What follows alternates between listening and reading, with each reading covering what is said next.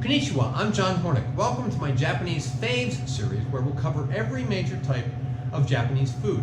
This lesson is Bodaimoto, a rare brew. Now you can also watch my 104 lesson cooking course called How to Cook Like a Pro, One Small Plate at a Time. It starts off very easy, gets progressively more difficult, and it ends with the ultimate challenge, which is actually 5 lessons in one. You can also view my other special series, such as Italian Faves, Impress Your Date, Sauces to Die For, Spain on a Small Plate, or bonus lessons, which are things like how to break down a chicken. Now, this lesson is about this sake, or actually it's about this type of sake. This sake is called a Bodaimoto style sake, okay? This was really a chance find. And while I'm talking about it, I'm gonna put it back in the fridge to keep it cold until we're ready to taste it. But when I found that sake, I was so excited. I was in a local wine shop. I was looking at their fairly limited selection of sakes, and I happened to notice this bottle that said Bodaimoto on it. I've never seen that before in the United States, and I have never seen it in Japan either. This is so rare and so unusual, whether it's in the US or in Japan, that I just had to do a Japanese Faves video about it. Now, what is Bodaimoto sake? Now, it's made by an ancient and rare process. But first, a little bit of information about sake brewing. All sake starts with a fermentation starter. That's the first step in the brewing process, okay?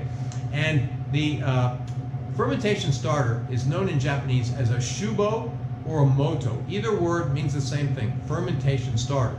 So, moto is one of those words for fermentation starter, and this is Bodaimoto, okay? So it's Bodaimoto, Bodai fermentation starter. Okay, now all fermentation starters are made up of rice, water, and koji. What's koji? It's a friendly mold. It's called Aspergillus oryzae, and it breaks down the breaks down the starch of the rice into sugar, all right? Now there's one more ingredient in a fermentation starter, and that's yeast. And yeast converts the sugar into alcohol. So the koji breaks down the starch of the rice into sugar, and the yeast breaks down the sugar into alcohol. Now, the modern method of making a fermentation starter is called sokujo, okay?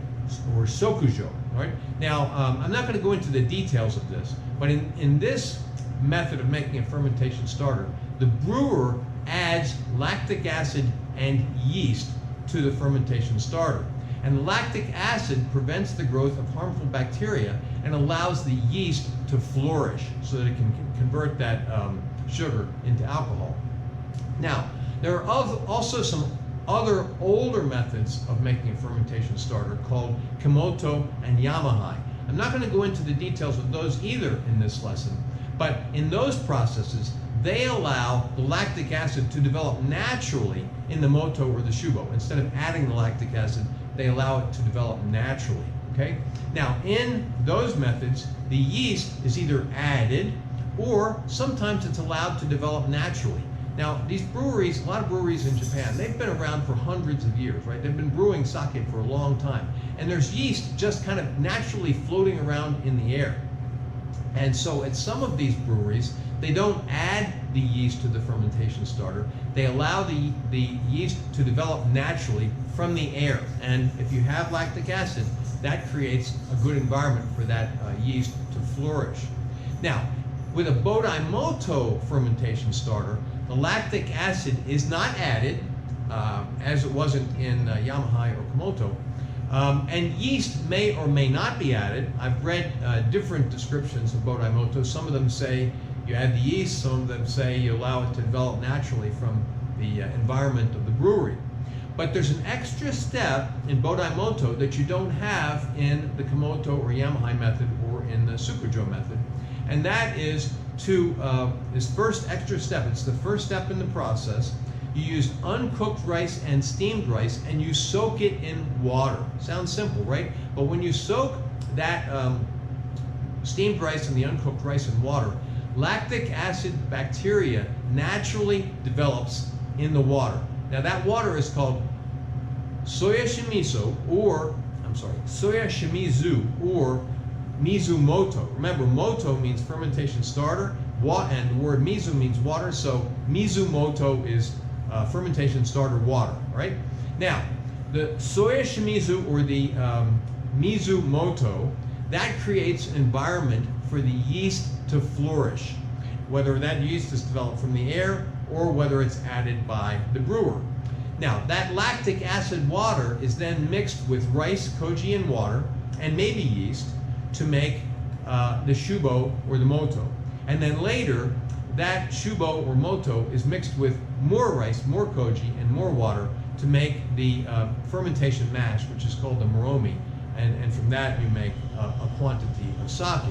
Now, let's talk a little bit about the history of Bodaimoto. Bodaimoto method can be traced back to about the 1400s to the monks at a temple called the Shuryakuji Temple, which is near Nara city, and it's also near the Bodaisan mountain, okay? Now, hence Bodaimoto. Bodaisan mountain, Bodaimoto. Bodai in Japanese means enlightened or awakened, so Bodaimoto means an enlightened or an awakened sake starter, yeast starter. All right.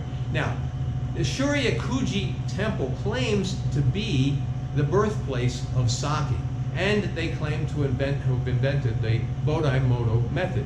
Now, I've read some conflicting opinions on that. It's not really clear whether they did invent that method or not. And that method, the method that they use today, seems to be somewhat different from the method that was recorded in some books back at that time. Now, hardly anyone uses this method today. Hardly anyone. And so when I found it in the store, I was really excited. And now, there are some breweries in Japan that are recently trying to revive low intervention and natural processes, and that's obviously what's happening with this bottle. Now, what are Bodaimotos like? Now, they tend to be somewhat heavier just because of the way the process works, all right? And they tend to have a balanced sweetness. They tend to be sweet on the sweeter side for refined sakes. But the sweetness tends to be balanced. And that's certainly true of the sake that I found. Now let's talk about this bottle. Now this particular bottle, bring it in a little closer to the camera here. Make sure you can see it on the camera, okay? Now this particular bottle is called Takacho Regal Hawk. Now many sakes, they have a Japanese name and an English name. The English name of this sake is Regal Hawk, and it's made by the Yucho Shuzo, and Shuzo means brewery, so it's the Yucho Brewery, and that's in Nara, Japan. This brewery has been making sake for about 300 years, and they more recently have been reviving ancient methods of making sake. Now this particular sake is a junmai. Now you've probably heard of junmai or junmai genjo or junmai daigenjo. Junmai means that the sake is made only with water, rice, and koji, and yeast. If it doesn't have the word junmai, that means something else has been added. It's almost always alcohol, okay? But if it's called a junmai, it's made only with rice, water, and koji. It's also, it says on the label, it's a genshu. Genshu means that it was not diluted by water in the brewing process. It also says that it's a Muroka, which means that it has not been fully filtered. Now, all sake has been filtered. You've probably heard of Nigoris, and you may be told they're unfiltered. Not true. They're only partially filtered, all right? It's actually, you can't make sake in Japan without filtering it. To be called sake, it has to be filtered, okay? And, you can get up to a certain point, and then you can stop filtering it, right? That's called a Muroka. You can go some further steps and do some further filtering, and those are not called Muroka. Now, this sake is made with hinohikari rice. Now, when you drink wine, you'll often be told the variety of grape that was used to make the wine, right? Similar thing, same thing actually with sake. If you taste sake, the finer sakes will tell you what type of rice was used to make the sake, and this was hinohikari rice. Now, the rice polish ratio, and that's the amount of rice that's remaining after the rice kernels have been polished. In Japanese, that's called semabuai. And that, in this case, is 70%. So 70% of the rice kernel is remaining after the polishing process. Now, the Nihon Shudo, which in English we call the sake meter value, that's a measurement of relative sweetness to dryness, right? 0 is neutral, a plus number is dry, and a minus number is sweet. Now, I don't put too much stock in this Nihon Shudo or the SMV sake meter value because there's so many other factors that play into whether a sake has the appearance to you of being sweet or dry. Now, in the case of this particular sake, the sake meter value, or the Nihon Shudo, is -20 to -30. So you'd think it would be really sweet, okay? But acidity plays into whether you think a sake tastes sweet or dry. And usually the acidity is somewhere between 1 and 2, all right? But in this case, the acidity is +3, okay? So this is very acidic compared to a lot of other sakes. And even though it has a really low number of the Nihon Shudo SMV value, a minus number, this high acidity will probably give it a balanced sweetness. It's not going to taste too sweet, all right? And this sake should be served chilled. All right, now let's taste this sake.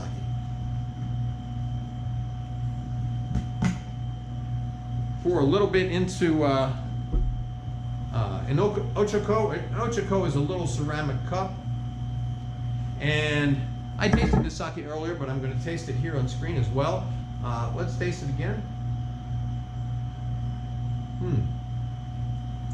It has a nice creaminess, okay? A nice creaminess and kind of a nice heaviness. It's not, it's not thick like syrup, but it's not thin like water either. It has a nice body to it, all right?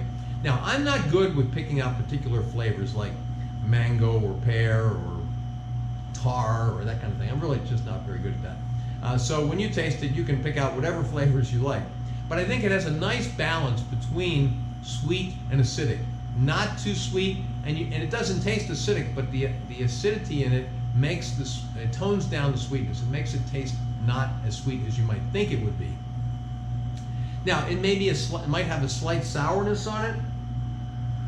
I think this would probably pair well with spicy food, but to be honest, I pair anything with anything.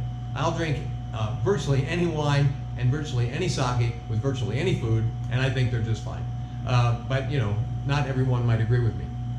Bottom line is I like this sake very much, and like I said, I was very excited to find it. Now, I hope this video helps you understand Bodaimoto and what a rare brew it is. I hope you're as excited as I was if you ever find some, and I hope you enjoy it just as much as I have. Please remember to subscribe to my channel, and thanks for watching.